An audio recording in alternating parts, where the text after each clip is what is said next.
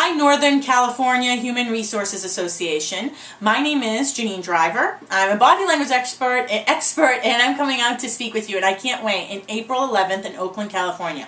It's the HR West Conference, you know, the national conference that's local, and I'm coming out. I'm the New York Times best-selling author of You Say More Than You Think, and I'm a body language expert that worked for the Bureau of Alcohol, Tobacco, and Firearms, ATF. I've trained the CIA, FBI, Scotland Yard Police, and I've trained a lot of people in human resources, you know, how to separate fact from fiction, the truth behind a resume. The last thing you want to do is bring someone on board in your company where you're training them, you bring them in, they stay there for 3 or 4 months, and then they jump ship and go to another company.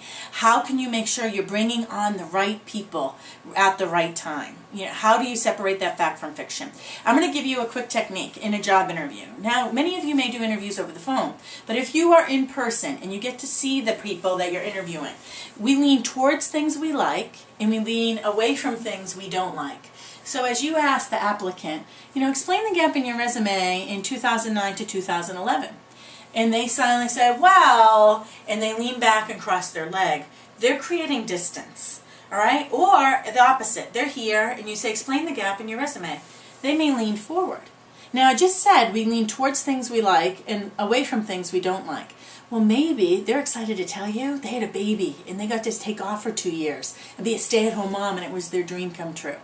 Bottom line, when the body language is all of a sudden a shift, simply ask this powerful question. You know, maybe I'm wrong here. It seems to me that there might be more to the story here. Or maybe I'm wrong here. It seems to me that there's an increase in stress when you answered that question. Could you tell me more about that? See, truthful people expect you to believe we're telling you the truth. Liars need to feel that they're giving you the right answer. So they'll drown. You know, they need to be believed. So when you ask them a question, they're going to show more signs of deception.